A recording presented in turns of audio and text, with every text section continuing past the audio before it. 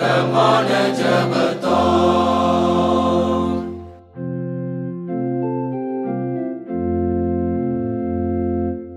கஷ்ட நஷ்டம் உண்டானால் இயேசுவண்டை சேருவோம். மோசநாசம் நேரிட்டால் ஜெபதூபம் காட்டுவோம். நீக்குவாரே நெஞ்சின் நோவை, பலவீனம் தாங்குவார். நீக்குவாரே மனசோர்வை, தீய குணம் மாற்றுவார்.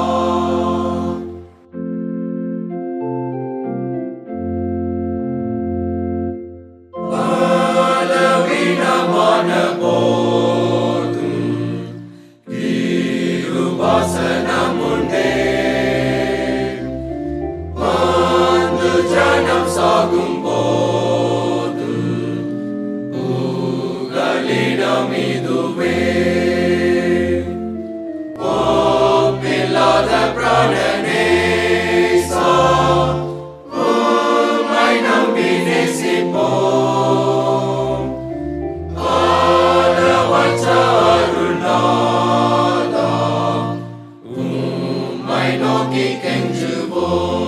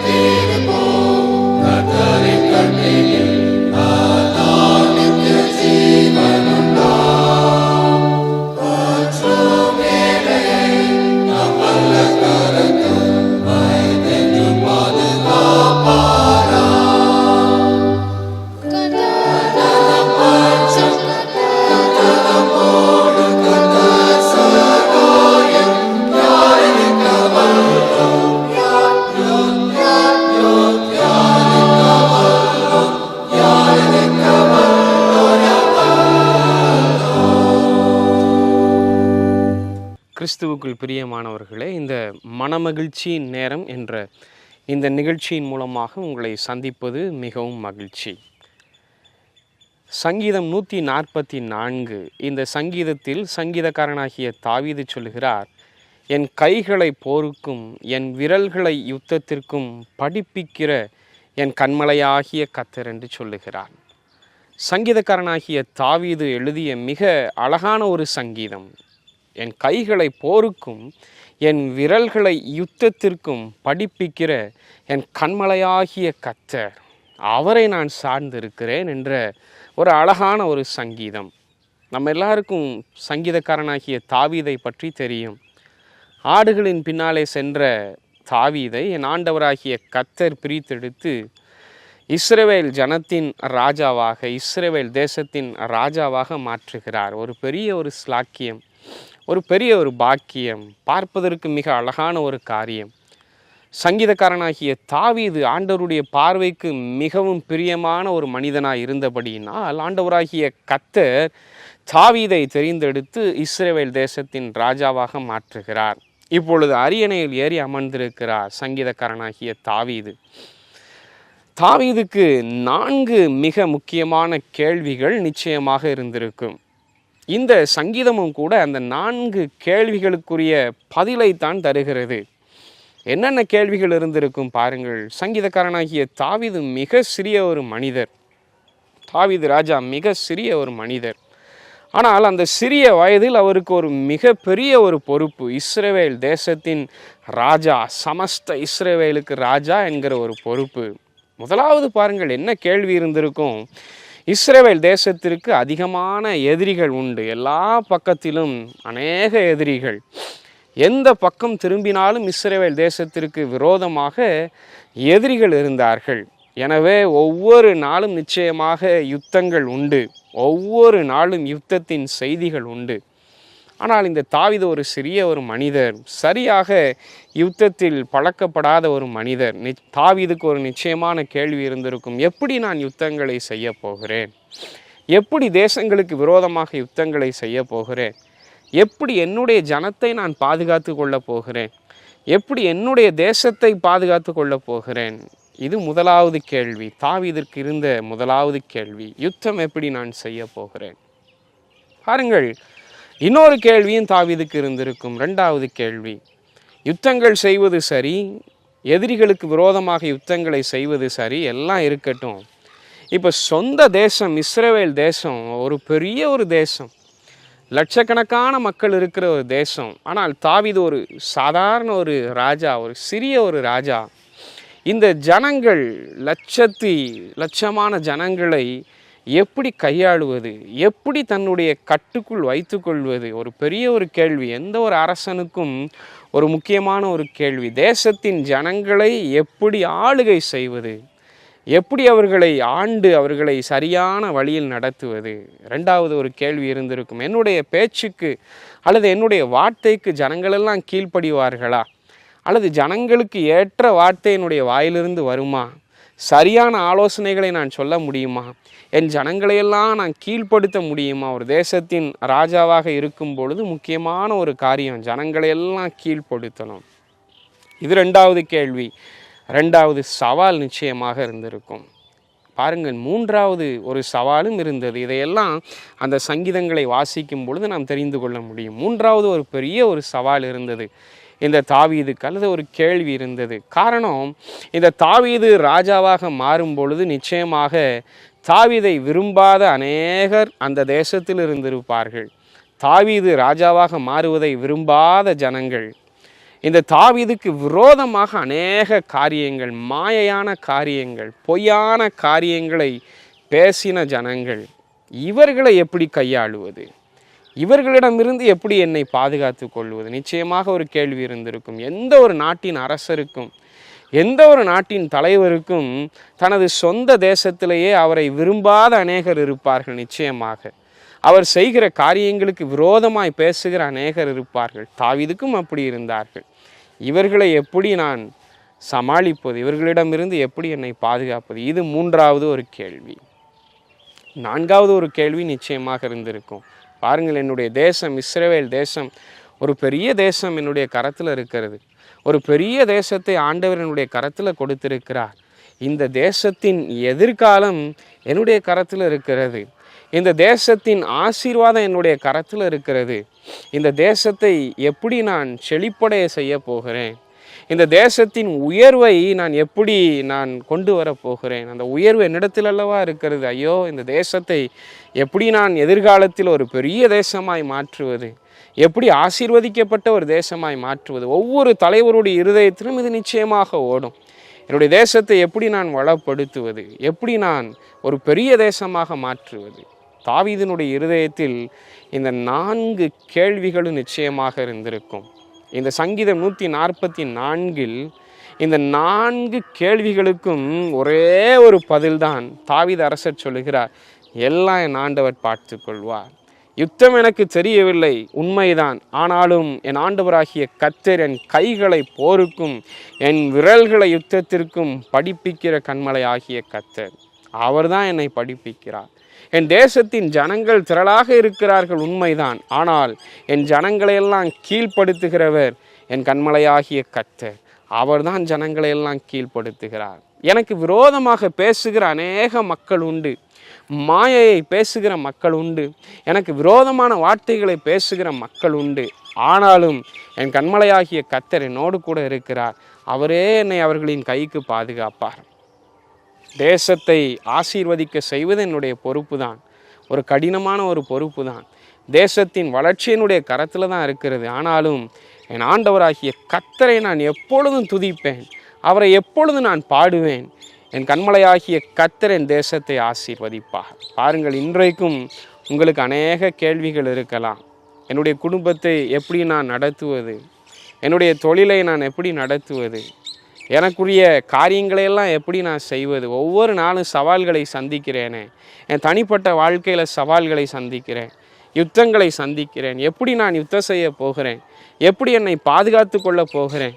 எனக்கு விரோதமாக இருக்கிற கூட்டம் அநேகமாக இருக்கிறதே, என்னுடைய சார்பில் பேசாத மக்கள் அநேகர் இருக்கிறார்களே, எப்படி நான் இந்த தேசத்தில் வாழப்போகிறேன், எப்படி நான் ஆசீர்வதிக்கப்பட போகிறேன். இப்படி அநேக கேள்விகள் இருக்கலாம் உங்களுக்கும். ஆண்டவராகிய கர்த்தர் மாத்திரமே உங்களுடைய பதிலாக இருக்கிறார். ஆண்டவராகிய கர்த்தர் மாத்திரமே உங்களை ஆசீர்வதிக்கிறவர். ஏனெனில் அவர்தான் உங்களுடைய கண்மலையாகிய கர்த்தர். அவர்தான் உங்களை யுத்தத்திற்கு பழக்கப்படுத்த போகிறார். நீங்கள் சந்திக்கிற பிரச்சனைகளை தாண்டி செல்வதற்கு அவர்தான் பலன் தர போகிறார். உங்களுக்கு விரோதமாய் அநேகர் பேசினாலும் உங்கள் சார்பில் பேசுகிறவர் ஆண்டவராகிய கர்த்தர் ஒருவர் மாத்திரமே.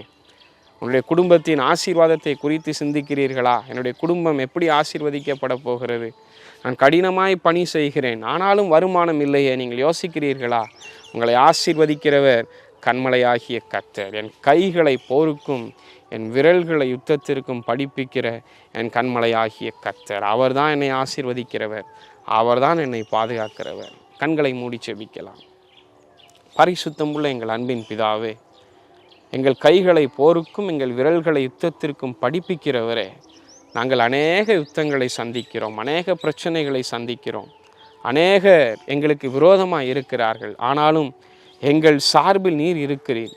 எங்கள் கைகளை யுத்தத்திற்கும் எங்கள் விரல்களை போருக்கும் படிப்பிக்கிறவர் நீர் இருக்கிறீர் தகப்பனே.